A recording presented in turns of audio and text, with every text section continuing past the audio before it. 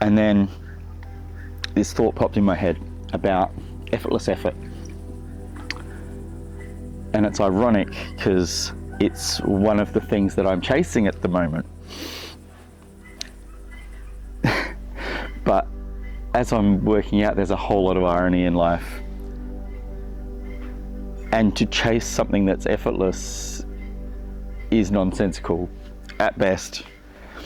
So here's me chasing this experience of living in moments of effortless effort. But effortless effort is simply presence when you get right down to it. And so me thinking that didn't straight away take me to I'm not feeling present. But the irony just took me to the point of, okay, fair enough.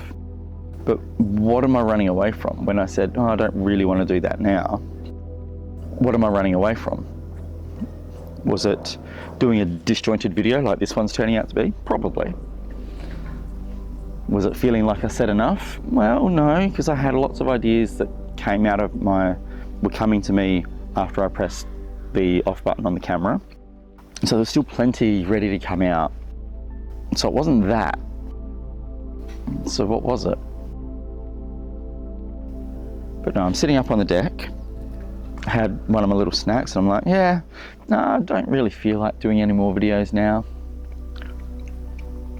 You know, I've done okay, that's enough.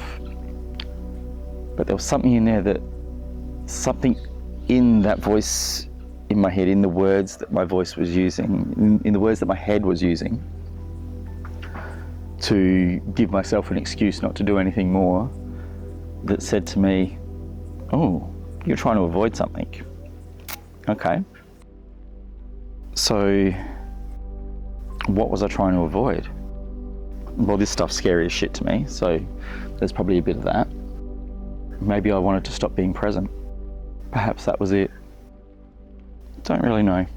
But it's kind of funny. I don't know that I can be present for really, really long stretches of time. I certainly have moments of immense presence and I'm so grateful for them. But my mind ticks in pretty quick and it tries its best to pull me out of them. So I'm sorting out my snacks, get a bit of a drink. I think that's when I thought of it. It was like the presence of being in the garden was amazing. And then when my voice finally kicked back into gear, it felt like it was its job to take me away from that presence. Now that is an interesting concept. The only reason that could be is because presence is scary. Not in and of itself. Like when you're feeling present in the moment, it's the opposite of scary. It's just this immense feeling of life. So the presence isn't scary. It's the vulnerability within the presence. It's the unknown within the presence. And our minds have been trained from birth, and possibly just in their structure anyway, they've been trained to seek certainty. Part of the karmic kind of cycle of, at its simplest kind of forms of, you touch something hot, you can burn yourself. Like there's an action and a consequence.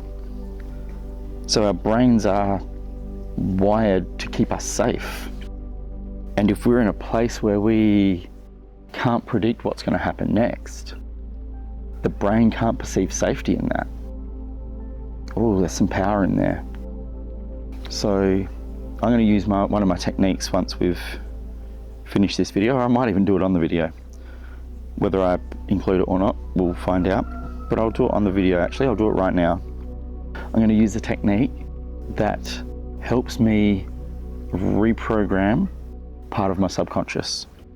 It's not foolproof, it's not perfect, but it is pretty darn effective. And so within a few minutes, usually there's another layer of understanding about a topic that's been added. Now sometimes we can take away or reframe old beliefs, old concepts. So it can work in a number of ways, and sometimes we don't even need to know a concept as something that we can verbalize. It can just be feelings based, and we can still release or attract more of those things into our lives. So let's construct a simple little mantra, which I'm going to use for this practice.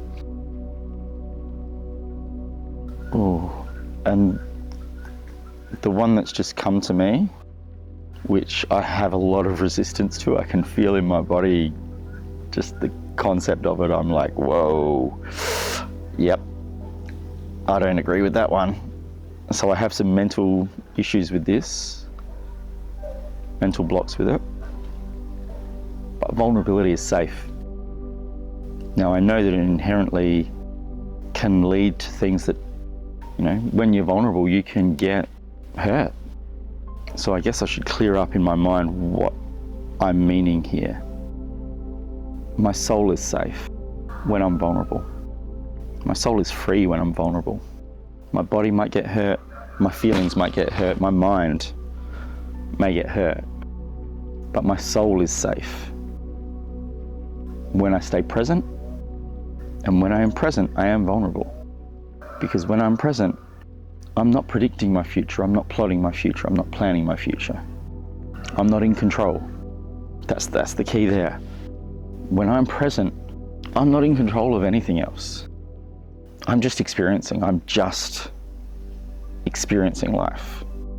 And so I don't know how long I'll stay present for, what might bump me out of presence. I don't know if I will get hurt.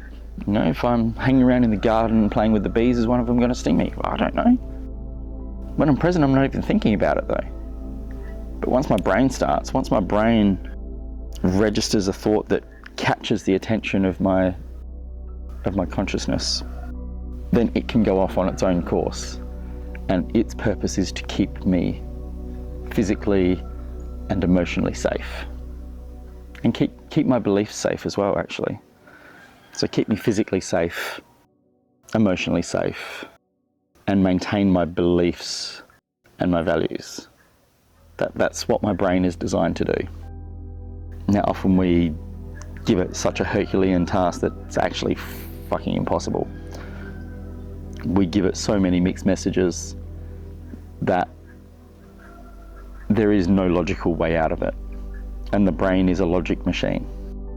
It's trying to interpret what's going on in the heart, and the heart is a feeling machine. So you've got two parts of you that don't communicate in the same language. One is experiencing the moment, and the other is trying to cope with the moment. And so we get a lot of confusion pop in, but that's neither here nor there. So I am safe in my vulnerability. Let's see, what else can we do?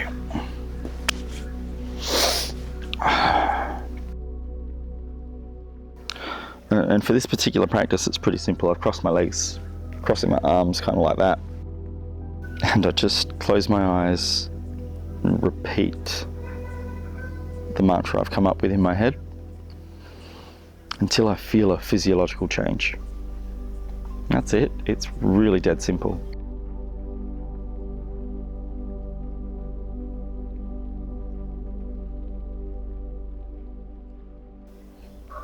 It was a slightly weird process for me. Didn't feel the strength of emotion in my body like I normally do. It was more a process of the mind somehow, that one. Normally in that position, it's more of a physiological transformation that's occurring.